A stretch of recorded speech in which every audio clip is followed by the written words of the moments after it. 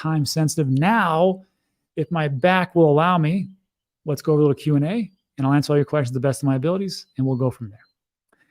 Ben's chair's here. Made it. Ben's, you just got here, right? We're doing Q&A, which some people like more than anything else. I'll take it. All right. Oh. Yeah, Rusty Bot. Sorry, how does an NFT scam work? You know, this happens a lot. If you have any type of wallet out there, hot wallet, cold wallet, it really doesn't matter. Any kind of wallet that's out there, mostly the hot wallets. Scammers will send these worthless tokens and worthless NFTs to these addresses that they can get on any kind of Etherscan, any kind of, any kind of scanning website that's out there. And they can just randomly send these things. And when they interact with your wallet and you start to approve things, well, a smart contract get approved and they can drain your wallet. So when you see these different random crappy NFTs or different tokens that you've never heard of in your life, well, don't interact with them. You'll be a lot safer. Again, what's the motto? Everything's a scam until proven otherwise, right? Even if you're like, you get a message from Digital Asset News and like, hey, good news. I've got this great 1000X gem. You got to get onto it. And I want you specifically to come in and invest. That's a scam. I won't ever contact you either. So that's a bummer, and it happens. Yeah, Dave, there you go. The Ledger app is on its website. Very good. Denise says, Dave Ramsey isn't paying for my student loans. You know, I've seen a lot of different videos on Twitter and TikTok. I don't watch TikTok, but they make their way on Twitter. And a lot of younger people who are trying to just make it out after college, and they're loaded with student debt. Like, I didn't realize how much you guys had to pay for college. Like, I went to college like in 1860. It was a long time ago, and it was like nothing. I mean, it was expensive, and it wasn't that expensive. So you guys have that. The median average cost of a house in America right now is teetering around $430,000 for the median cost. All automobiles are up. And then, of course, cost of living is up exponentially. And I look at these things and I'm like, and of course, I look at wages. Wages have only grown 16% in the last 20 years. And I looked at it and I go, how the heck can anybody make it in this one? Especially with your student loans, which, you actually can discharge them if you file bankruptcy. That is a misnomer. Actually can do that, as I read or has been quoted to me numerous times from different people. However, it seems like you guys are the short end of the stick. Sorry about that. And, hopefully there's a way to get out of it. Me personally, I think, well, why would I put it into a savings account? Why would I put it into real estate right now? Because it's very difficult and super high priced. Even I'm not buying real estate. I think the only way out these days, not financial advice, but it seems like as far as asymmetrical returns, there's a reason why you're watching this channel. I think it's because you're probably interested in Bitcoin, crypto, and digital assets. And returns aren't bad. You pick the right one. And you actually are able to sell and not hold it all the way up and all the way down. Lori is correct. SEC is being funded by us. So is the IRS, which is pretty funny. We pay them to audit us and give us a hard time. It's amazing. Gary says, Dave Ramsey is and has been irrelevant. He's got some good advice in some way, shape, and form. But again, not right all the time. And again, I'm sorry about the noise in the background. Those are called the coqui frogs here in Puerto Rico. If you can hear them, sorry. That's just how they go. If you're from Puerto Rico, you know what I'm talking about. Ramsey is trying to remove this video from YouTube. I don't blame him. Let's see. Ow. Spanish Chicken's got a good point. Try and buy a Bitcoin in 2026. That's just it, And people always ask me, like, well, why would you sell your Bitcoin? Because it's going to go up so much. I'm like, look, there's 21 million Bitcoin out there. And let's be honest, 3 to 4 million, at least, if not 5 to 6 million, are permanently lost. One of those being Satoshi Nakamoto's wallet, which has never moved. And the other ones are just people who have randomly lost their Bitcoin along the way. These things happen because they didn't realize that, the Bitcoin that was worth fractions of a penny back in the day could have made you a billionaire. So those are gone. So now you're looking at maybe like 15 million, 14 million Bitcoin that are out there. Even if I keep 20% of my Bitcoin, I have way more than the average person. I have way more than the average millionaire out there. And I think I'll do just fine. Again, if BlackRock wants to buy my Bitcoin at such amount, I will let them have it, because guess what? I don't think it goes up forever. And if you think it's going to go up forever, let me introduce you to that thing called the super cycle. Go read up about that. See how that worked out. But again, I could be wrong. I'm wrong all the time. Ask my wife. She'll tell you. Tay Wei says very smartly, put your seed phrase on a steel plate. That's true. That's a good way to do things. It'll survive fires. It'll survive freezing cold. And just don't lose it. Which is hard. It's harder to lose a big piece of steel than it is a piece of paper. Contraband says, you had Mount Gox and not much else. Yeah, I mean, to a point. But remember, when I got in 2017, I thought to myself, that Mount Gox, that happened so long ago. I mean, Coinbase, this is in 2017. I'm like, well, Coinbase goes down a lot, but that's probably still good. And then when Voyager came along, I'm like, this is like the hotels.com. They're just an aggregator and they just pick up all these exchanges. So they're not going to fail because, you know, they can't get hacked unless all of the exchanges get hacked. And Celsius, there's no way. Unbank yourself and everything else. And then FTX, Sam is such a great guy. He seems to want to, you know, be very giving, and he's just here for the altruism of what he wants to be. Here we go. So I don't know what kind of BS narrative is going to come out in the next bull run, but guaranteed it'll be something. And I'm just going to tell you, stick to the rules, you'll be fine. Hey.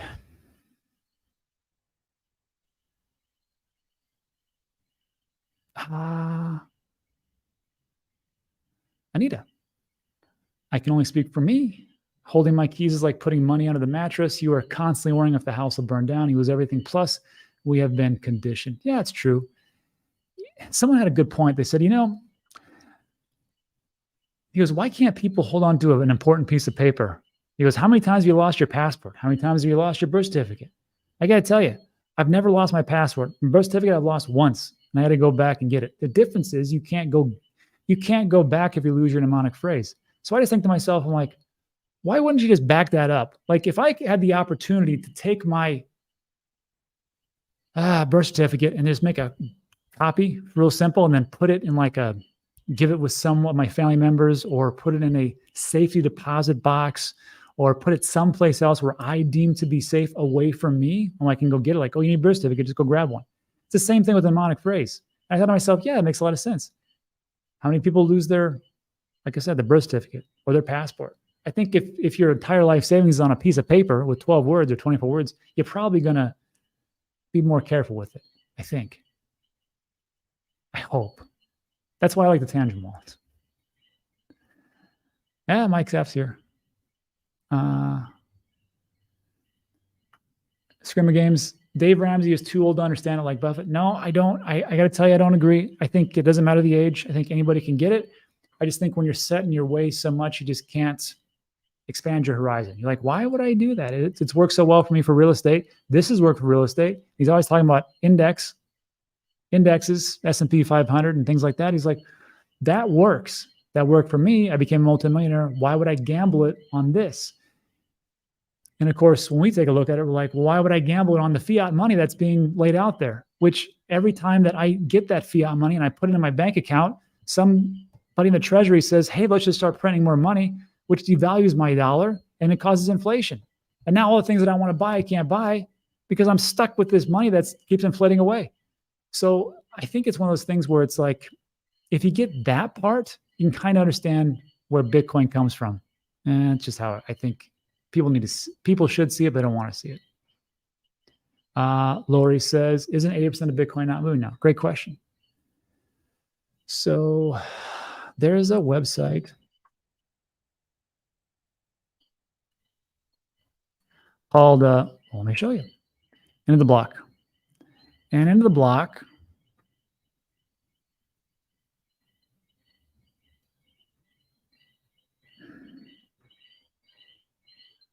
hey, I got it right. It'll show you Where is it?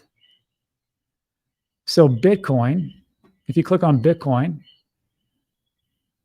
you can see who's in and out of the money, concentration.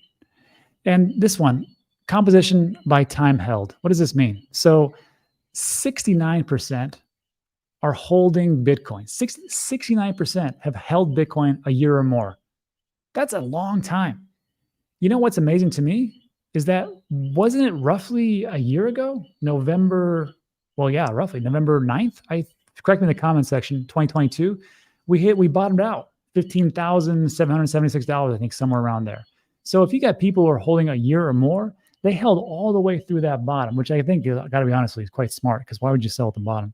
But you're up. I mean, if you were dollar cost averaging, you're up big time. You're up over 104% as of, or maybe 108% now. So 69% over a year, that's pretty damn good. And then 1 to 12 months, 24%. So 70, even, yeah, 94. I mean, geez, 93%. Yeah. And then only 7% are the traders.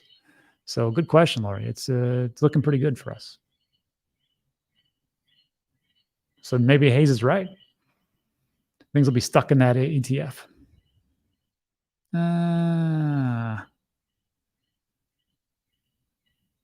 Jacob says ETH fees aren't too bad. I just moved a ton of less than $5. That's pretty good. We'll see what happens in the next bull run. And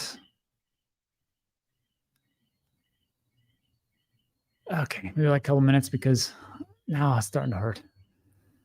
Question for Q&A. If you've heard correctly, Ben thinks the bull will start on Bitcoin, then flow to alts and find to ETH. Guy believes it'll go Bitcoin to ETH and find to alts. What are your thoughts? It usually goes like this. It usually goes, first it goes to Bitcoin. People get their profits. They take profits. They put it in these different altcoins, and then they start to pick it. Then they start to stick it into the blue chips, which would be Bitcoin, and some people consider ETH that blue chip. So I don't know if it's going to go in that direction. I will tell you, I think Bitcoin runs first. People are going to take funds out, maybe take a little profit if they do. And then they're going to get into alts because there's more of an upside. Because if you have a market cap of $600 billion, to double that, to double the whole price, you got to go to 1.2 trillion, right? Somewhere around there. Actually, that's not true. That's not how it works. It's a price multiplier. I got to do a video on that. But it's harder to actually make things move when your market cap is extremely large. Now, if you go into like the top 40, top 50, top 100, much easier to increase your gains. So that's why people go into alts, even if they don't believe in them, because people are speculators. Gary, I've tried everything, man, but got to get it done. Yeah, the night stream. Tom, you should have been here yesterday. We did one right from the pool, because my back hurt so bad I couldn't stand up. Man. Dan, do you think people are nuts thinking ETF will be approved in 2023 with Thanksgiving in 2 weeks, Christmas 1 month after, people take no vacation? I don't think it's that. I was pretty adamant that I didn't think the ETF would be approved, but I mean, after all these different losses from court cases, Grayscale, Ripple, and then of course the softening tone somewhat of Gary, maybe it does get approved. I don't know, but I still cling to the fact that Gary doesn't work. He works for the White House and the Biden administration, and they despise Bitcoin and crypto. They put out 2 or 3 different reports directly from the White House, not condemning it, but pretty negative on it. And I don't see why they'd want to actually approve that, especially if it competes directly with a dollar, especially as the Dixie has gone down, and especially if they want people to keep their money into the dollar instead of putting it into the dollar alternative, which would be Bitcoin. However, I'm just a minority voice, and a lot of people are saying it's 90%, if not in the bag already. And I got to tell you, I'd rather be wrong and rich than right and poor. So let's hope it works out for the the ETFs, and we'll go from there. Yeah. Picked the wrong channel. You picked the wrong channel to spam. Thank you, everybody. As far as the admins, I appreciate all of you. A lot of wrenches in there, and keeping everybody safe. Thank God. Oh, Donnie's got a good point. avoid the hype coin armies and the coin cameo promoters, scumbag scammers, rather than the few good guys. That's debatable. But thank you, Donnie. I appreciate you. I try to be good, but I mean, look, even I get little degen plays, talk about them every so often, and go from there. Might be wrong, who knows? Green screen, asymmetric returns.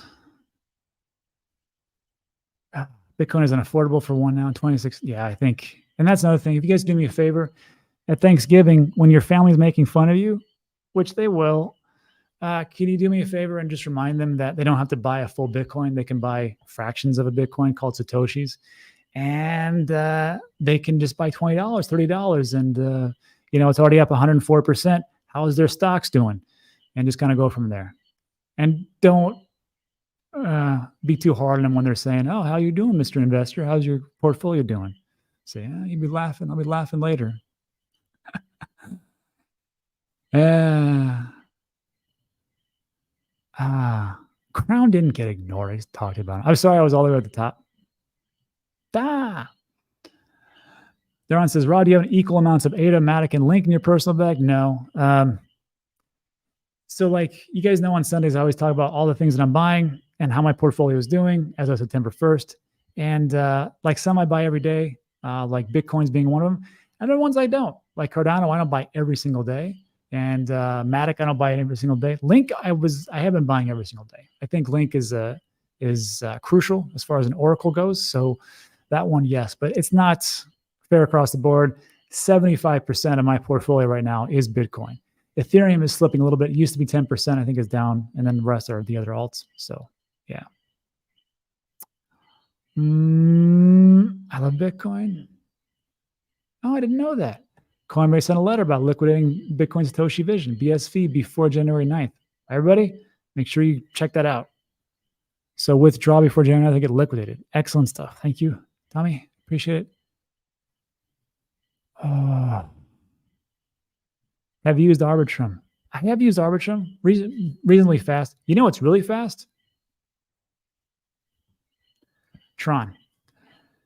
Tron, I had to pay somebody, Asia, and I had to use Tether on the Tron rails. Super fast. Super fast. Very smooth, very slick, very cheap. You know what else was super fast and easy to use? Near. Near was instantaneous because I was doing a lot of things with the Sweat wallet. And I got to tell you, both of those, man, it's so cheap and so fast. You got to love it. You know what else is also fast? Solana. Oh, that VC coin, the VC coin. I got to tell you, before you talk about Solana VC coin, I think all the VCs were smart enough. I mean, most of them, to probably dump on you when Solana went down to $9. At some point between $2.50 and $9, they probably got it out of their system to dump on the plebs like us. So I don't know how many people actually own it still. They're probably reaccumulating right now. That's what it looks like. So just be aware that it's not like they dump on you once. It's a reoccurring theme, and that's why you have to dump on them first. Yeah, that damn Atomic wallet. Yeah, Mike, this disk. L5S1. It's when it herniates, it's bad. Yeah, I'm taking steroids right now. A steroid shot, you'll be back in 2 days. That and the physiotherapist and inversion tables and stretching and chiropractor, all that stuff. And golfer called it. It's true. That's it for, hey, so that's all I can stand up. I've been standing up for 46 minutes. That's a record for me.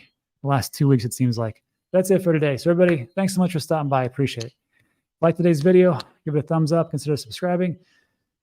Just hang in there, everybody. If you thought this last little rally was great, wait till the next bull run. It's going to melt your face. All right, everybody. Thanks. I'll see you on the next one. Adios.